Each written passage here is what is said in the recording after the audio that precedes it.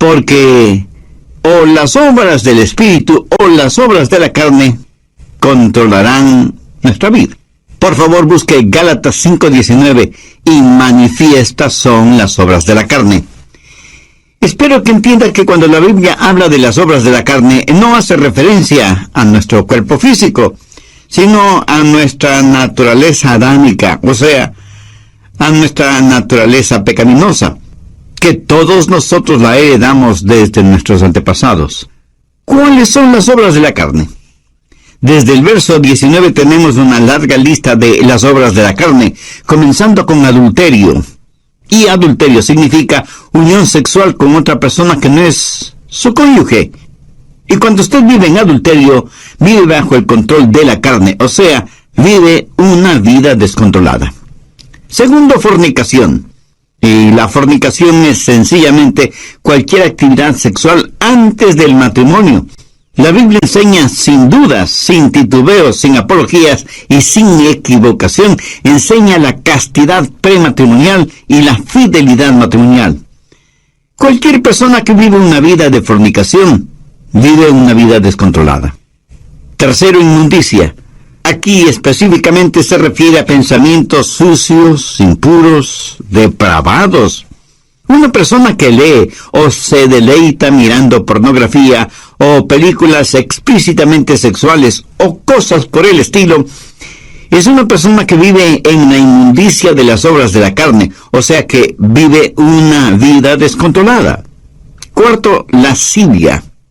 Aunque esa es una palabra que no se la usa frecuentemente, literalmente significa falta de control o lo que podríamos llamar sensualidad. El vivir para los sentidos. Y esto no es necesariamente sexual. Puede ser la borrachera, la glotonería, o sea, un desordenado deseo por la comodidad, la ociosidad, el complacer a sus 5 sentidos, dejar que ellos controlen su forma de vivir. Eso también es una vida descontrolada. Quinto, idolatría. Y usted me dirá, pastor, nosotros somos gente moderna, civilizada. Nosotros no somos idólatras. Permítame hacer una pregunta. ¿Qué es un ídolo? Ídolo es cualquier persona o cosa que para usted es más importante que Dios. Cualquier cosa a la que ame más, tema más y sirva más que a Dios, eso es un ídolo. Y puede ser su familia, sus negocios, sus distracciones, sus pasatiempos. Nosotros, gente moderna y civilizada, tenemos cualquier cantidad de ídolos. Si usted está viviendo una vida de idolatría, si hay algo a lo que usted ame más, tema más y sirva más que a Dios, está viviendo una vida controlada por la carne, y eso también es una vida descontrolada. Sexto, hechicerías. La palabra hechicería procede de la palabra griega fármacos, y en realidad tiene que ver con el uso de drogas. En la actualidad se han inventado la frase drogas recreacionales, o sea, un cielo instantáneo. Lo trágico es que ese cielo instantáneo termina en un infierno eterno. Hechicerías, brujerías, sortilegios, drogas, ciencias ocultas, chamanes, limpias, y todas esas cosas están entrelazadas fuertemente entre sí. El pastor David Wilkerson solía decir: no he conocido a ningún hombre seguidor y adorador de Satanás que no haya comenzado primero abriendo su mente a experiencias místicas por medio del uso de drogas. Las obras de la carne siempre guían a una vida desordenada. Sexto, enemistades. ¿Está usted guardando algún rencor o resentimiento? ¿Está llevando algún odio en su corazón? Si usted tiene alguna amargura, algún rencor contra alguien, su vida está siendo controlada por su carne y por lo tanto está fuera de control. Séptimo, pleitos. Ahora esto conlleva la idea de división, de contienda. Parece que a algunas personas les encanta el comenzar algún argumento. No se llevan bien con nadie. Son como un puercoespín. Aunque tienen buenos puntos, es casi imposible acercarse a ellos. Octavo, celos. La raíz de los celos, mi amigo, es el egoísmo. El egoísmo llevado hasta el extremo puede producir increíbles tragedias.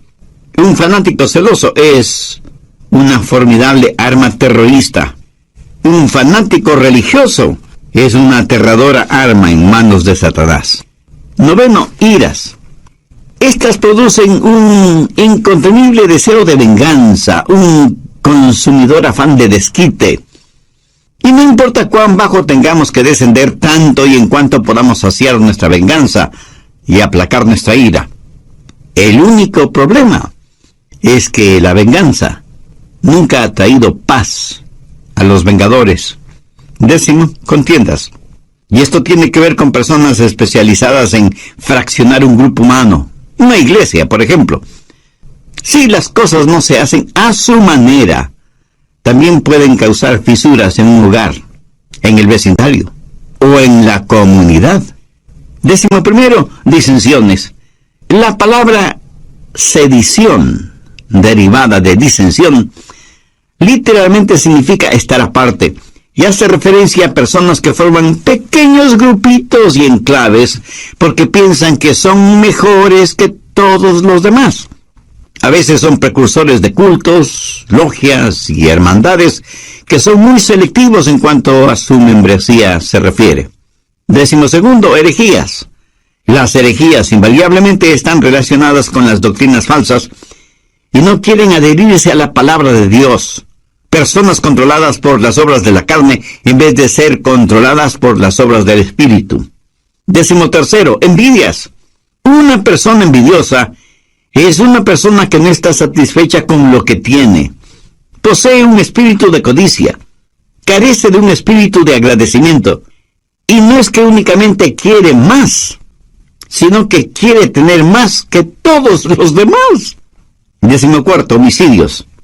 Y no faltará quien inmediatamente pensará: ah, qué bueno que yo no soy un asesino.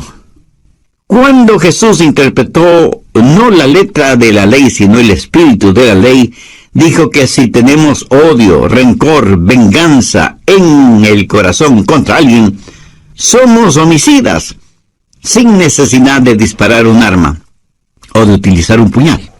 15, borracheras. Esto no hace referencia al hecho de beber cerveza o licores hasta perder el sentido, sino a la realidad de que nuestra mente ha sido narcotizada, insensibilizada. Significa que tiene un impedimento en su capacidad mental. Así como el alcohol y las drogas son un impedimento moral y ético para quienes usan esos venenos. 16, orgías. Hay gente que parece que están de fiesta todo el tiempo. Fiesta en el sentido mundano, tratando de silenciar la voz de sus conciencias, tratando de escapar de la realidad, hundiéndose en las indulgencias de los entretenimientos, incapaces de no tener nunca un pensamiento serio, puro, agradable. Las orgías no son solo materiales, sino también intelectuales y espirituales. Pablo termina esta lista diciendo: y cosas semejantes a estas. Está diciendo que todas estas son señales de una vida no controlada por el Espíritu, o sea, una vida fuera de control. ¿Cuál es el resultado? Tiempo perdido, cuerpos debilitados, pensamientos torcidos y vidas totalmente destrozadas.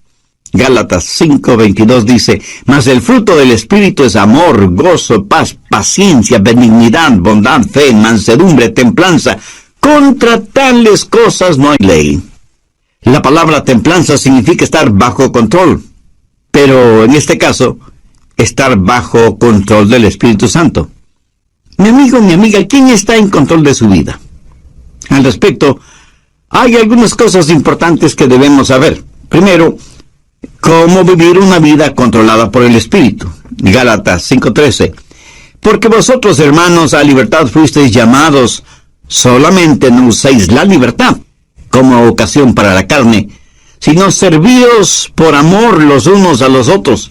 Y en el siguiente versículo, Pablo nos dice cuál es el estándar del amor. Porque toda la ley en esta sola palabra se cumple: amarás a tu prójimo como a ti mismo. Ese es el estándar legal. Y si queremos saber si estamos viviendo una vida de acuerdo a los parámetros de Dios, solo tenemos que hacernos la pregunta: ¿amo a los demás como me amo a mí mismo?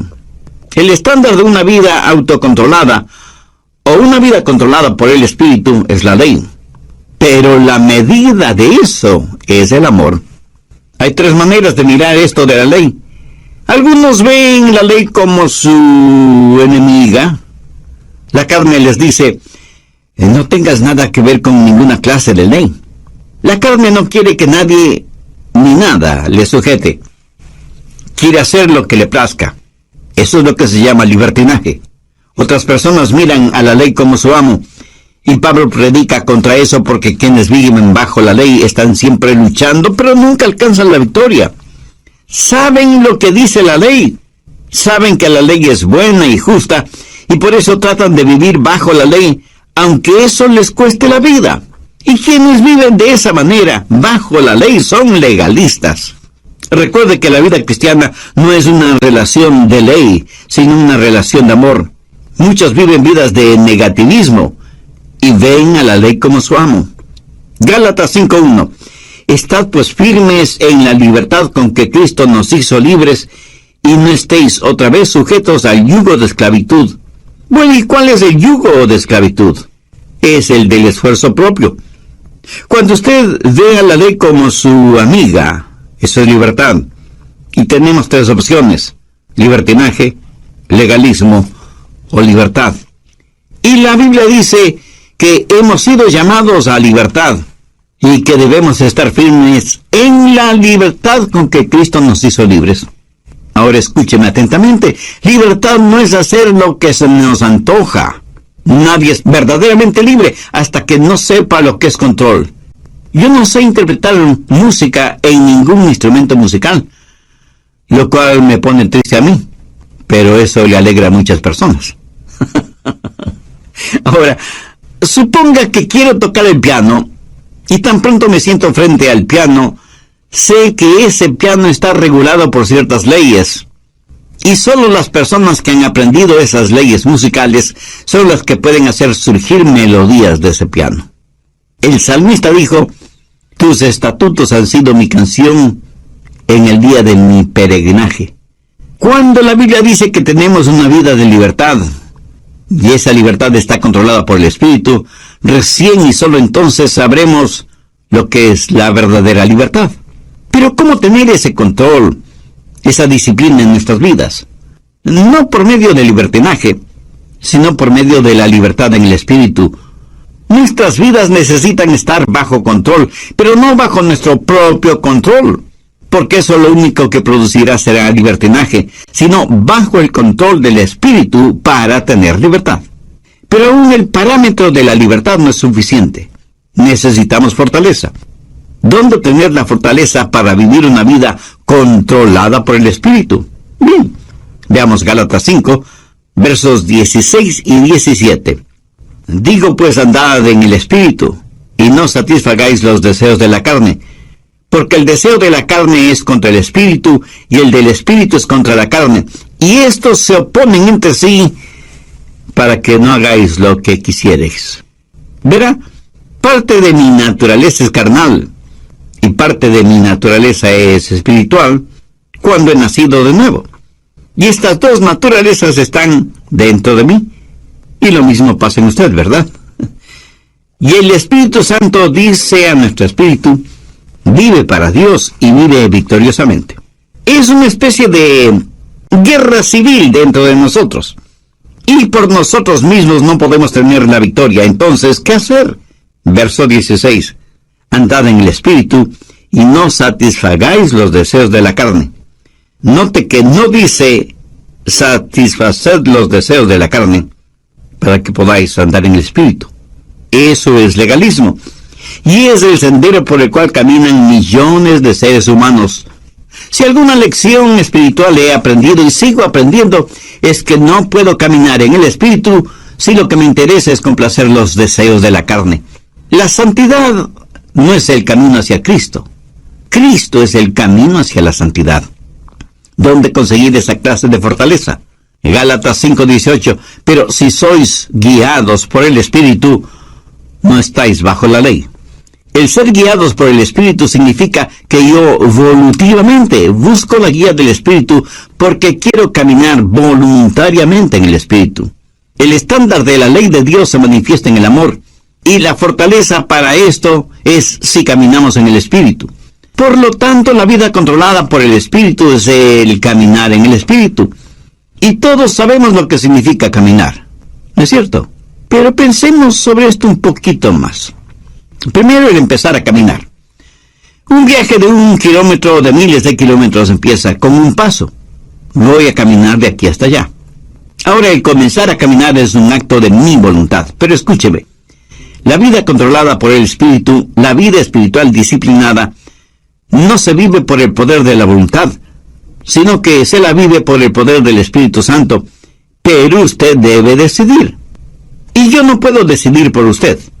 Nadie, absolutamente nadie puede decidir por usted.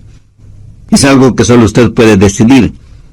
Y puede decir, voy a vivir guiado por el Espíritu. Veamos Efesios 5:18. No os embriaguéis con vino, antes bien sed llenos del Espíritu. ¿Por qué Dios dijo por medio de Pablo que no debemos embriagarnos con vino y que más bien seamos llenos del Espíritu Santo? Porque quiere darnos no solo un contraste, sino también una comparación, porque ser llenos del Espíritu es como estar embriagados con vino. El hombre puede decidir qué es lo que va a beber, esa es su decisión. Pero una vez que decide qué beber, lo que bebe toma control de él. ¿Lo entiende? Cuando está borracho, está bajo la influencia, bajo el control de aquello que bebió. Así que por un acto de su voluntad, usted decide ser lleno del Espíritu. Pero una vez que eso se hace realidad, es el Espíritu Santo el que tiene control sobre usted. Ahora usted está lleno no de vino, sino del Espíritu Santo. Es el comienzo de su caminar espiritual. ¿Cómo calificaría usted su caminar actual? ¿Carnal o espiritual? Si su caminar aún es carnal, no quisiera caminar lleno del Espíritu Santo de Dios. Para obtenerlo, humíllese delante de Dios, arrepiéntase de sus pecados, acepte el sacrificio que Jesús hizo en la cruz para pagar la deuda de Irving Ravelo.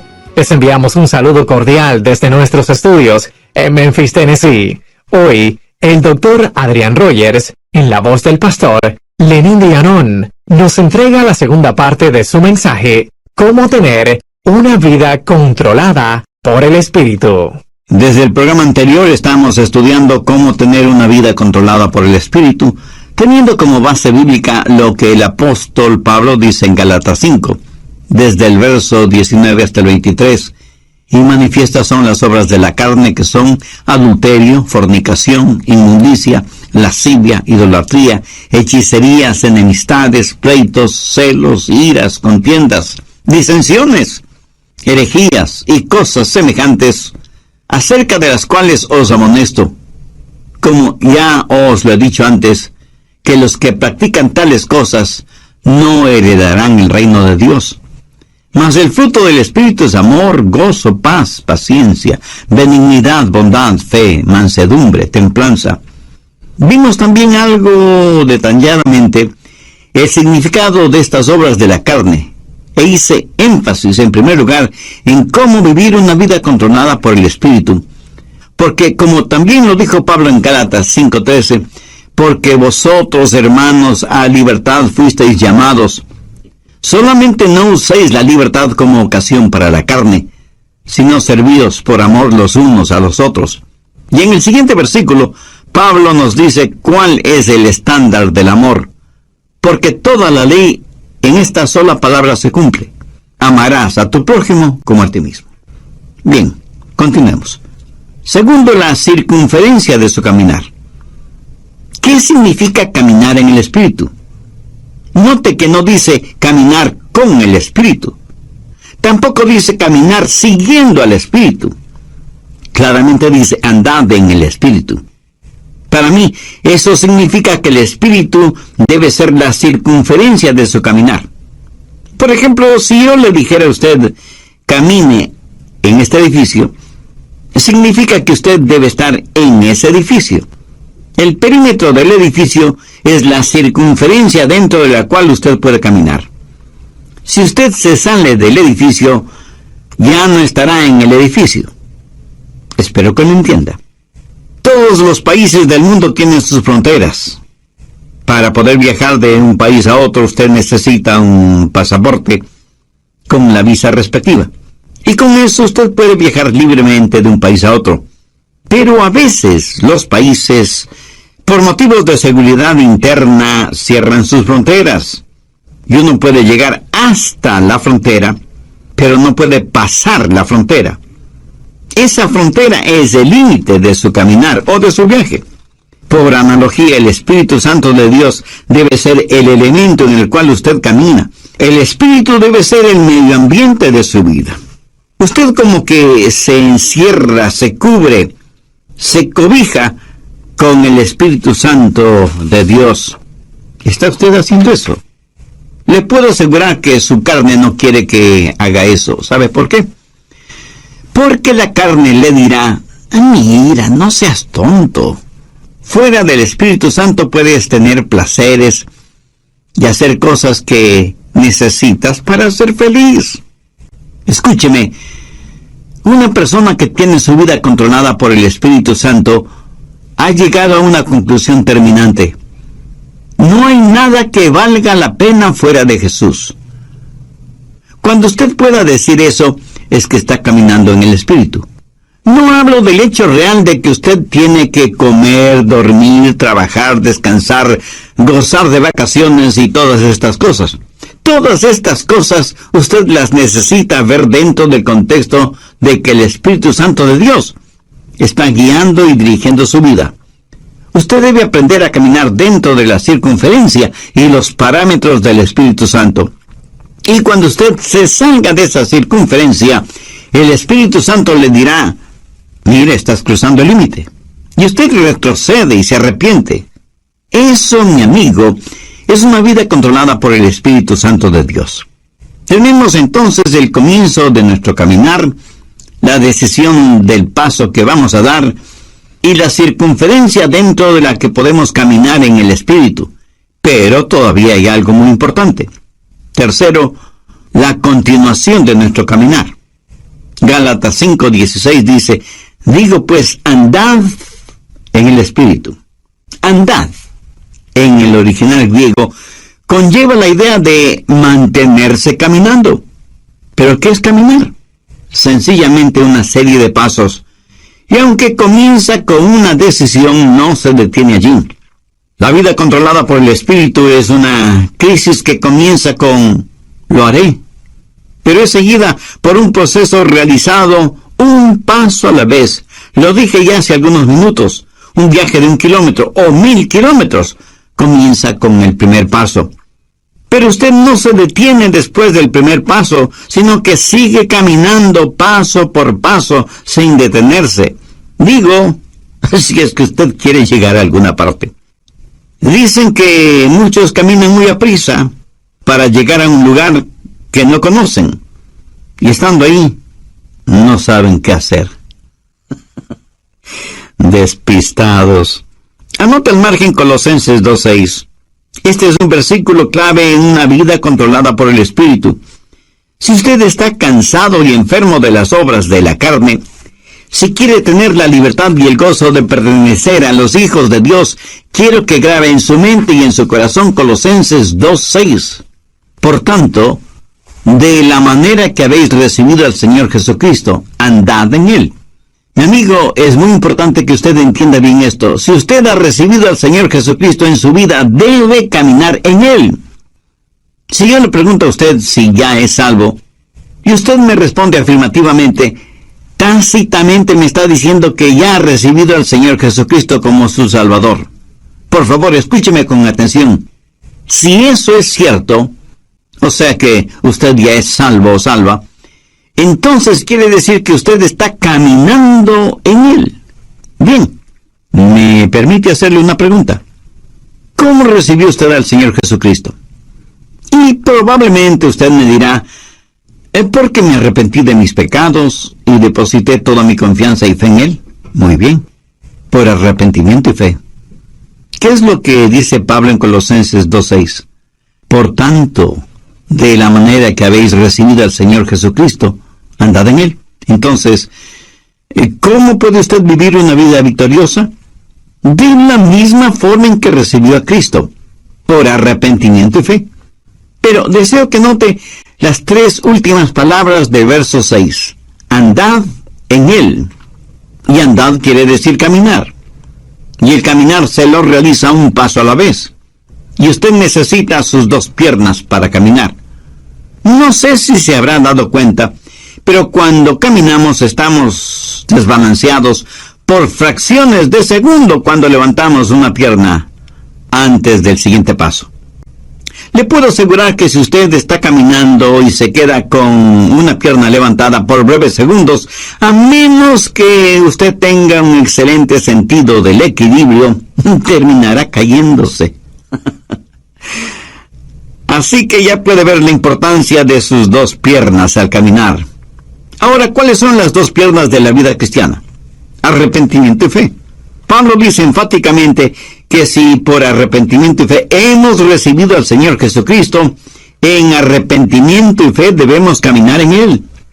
Pero arrepentimiento y fe no es algo que usted hizo para salvarse, sino que es la forma de vivir de una vida controlada por el Espíritu. Y caminamos en el Espíritu para no cumplir con los deseos de la carne.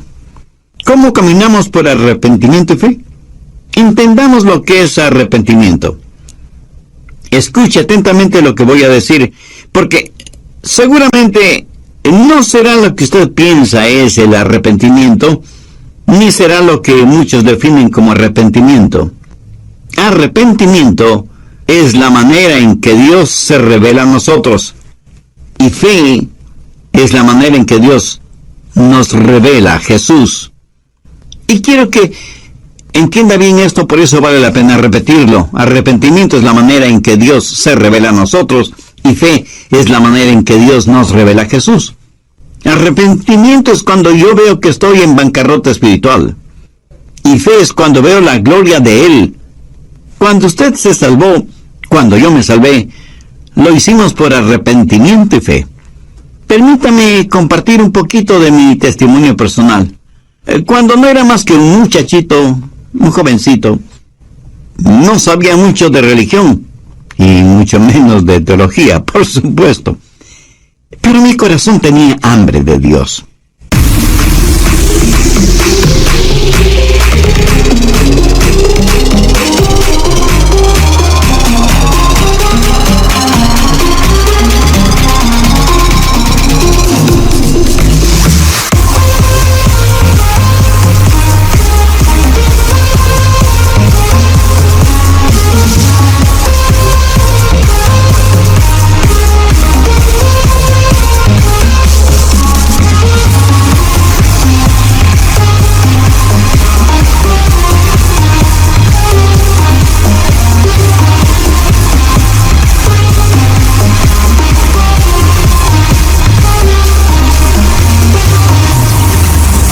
Luego escuché a un pastor predicando el mensaje de salvación y diciendo que solo en Jesucristo podríamos ser salvos.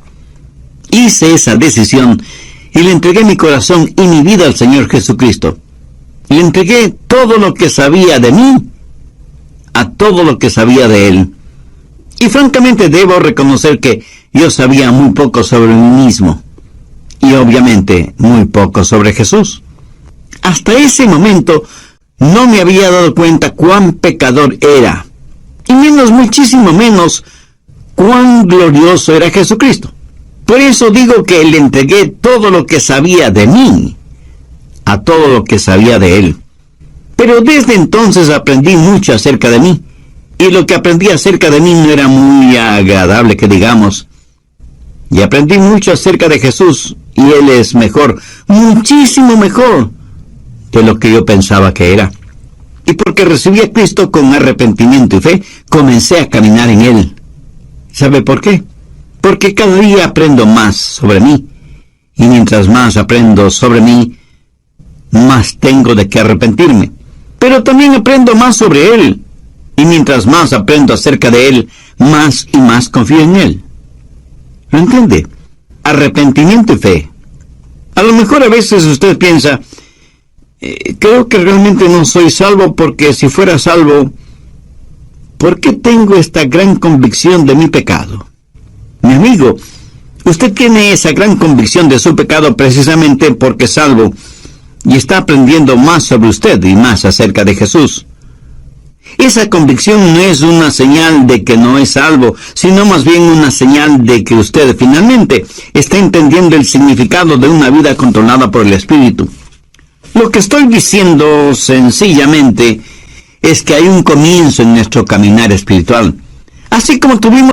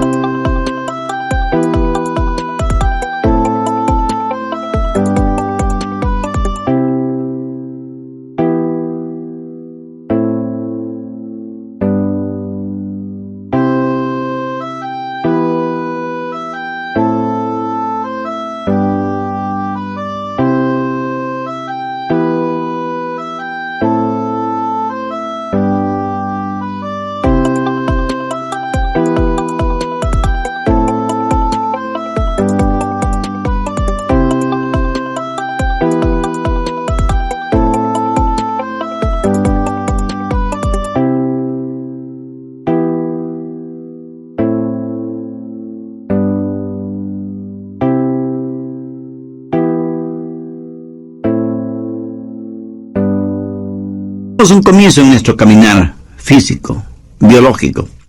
Debemos voluntariamente aceptar la guía del Espíritu. No vivimos por el poder de nuestra voluntad, pero entramos y aceptamos la vida cristiana por una decisión volutiva de nuestra parte. Sabemos que hay parámetros, límites circunferenciales para nuestro caminar en el Espíritu, y que nuestro caminar no se detiene, sino que continúa paso a paso. Por tanto, de la manera que habéis recibido al Señor Jesucristo, andad en Él. Arrepentimiento y fe. Dar todo lo que sé de mí a todo lo que sé de Él. Y de pronto, súbitamente, usted descubre que usted no está en control, que Dios está en control de su vida por medio de su Santo Espíritu, y que su vieja naturaleza pecaminosa, carnal, ya no tiene nada que hacer en usted, porque ahora usted está caminando, creciendo en el Señor Jesucristo, guiado por el Espíritu Santo. Por lo tanto, la vida controlada por el Espíritu es un caminar. Algunas personas me dicen, pastor, desde hace tantos y tantos años estoy firme en Jesús. Y yo, con todo respeto y con todo amor, simplemente les pregunto, hermana o hermano, ¿cuándo va a empezar a caminar? Está bien el estar firmes en la fe, pero para muchos parece que firmeza significa inmovilidad, en vez de significar un caminar firme. Resumiendo, permítame decir que el estándar de la ley de Dios es el amor, y la fortaleza de nuestro caminar en el Espíritu con arrepentimiento y fe, lo cual producirá en nosotros una verdadera satisfacción espiritual. Veamos una vez más Gálatas 5, 22 y 23. Mas el fruto del Espíritu es amor, gozo, paz, paciencia, benignidad, bondad, fe, mansedumbre, templanza. Escúcheme, el diablo utilizará a sus familiares y amigos no cristianos para que le digan, tú no quieres vivir esa clase de vida, es tan aburrida. Mi amigo, esa es la única clase de vida que vale la pena vivirla. Es la única vida que produce genuina y eterna satisfacción. El apóstol la identifica como fruto, y un buen fruto es por lo general delicioso, hermoso, oloroso y satisface. Una fruta es para ser consumida, para aplacar el hambre. ¿Tiene usted hambre por el Señor, por las cosas de Dios? Si no es por medio del Señor Jesucristo, esa hambre nunca podrá ser satisfecha. Una vida controlada por el Espíritu es una vida llena del fruto del Espíritu, o sea, es una vida llena de amor, gozo, paz, paciencia, benignidad, bondad, fe. mansedumbre y templanza. La carne y el espíritu están luchando en usted ahora mismo. El resultado depende de usted.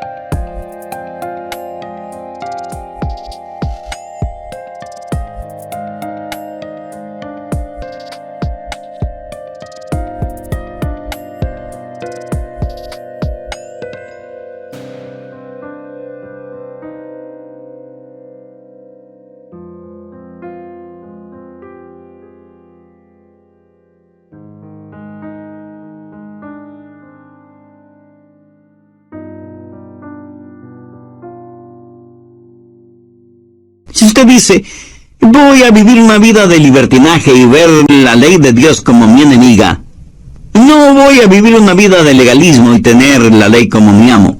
Si dice eso, le estará dando la victoria a la carne.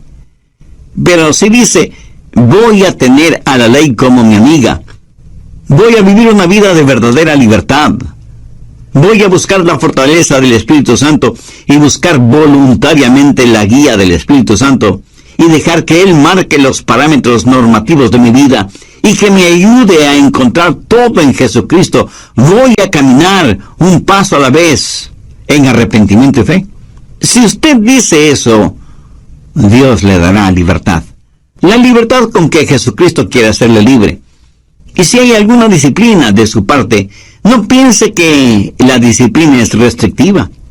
Ninguna persona es más libre que aquella que vive una vida controlada por el Espíritu. Si usted que me está escuchando ahora mismo no es una persona ya salvada, ¿por qué no deja que Dios tome el control de su vida? ¿Por qué no ser de Jesús su mejor amigo? ¿Por qué no elevar su corazón a Dios este mismo instante y le dice, Dios, sé que soy pecador y estoy perdido espiritualmente. Necesito ser salvo y quiero ser salvo.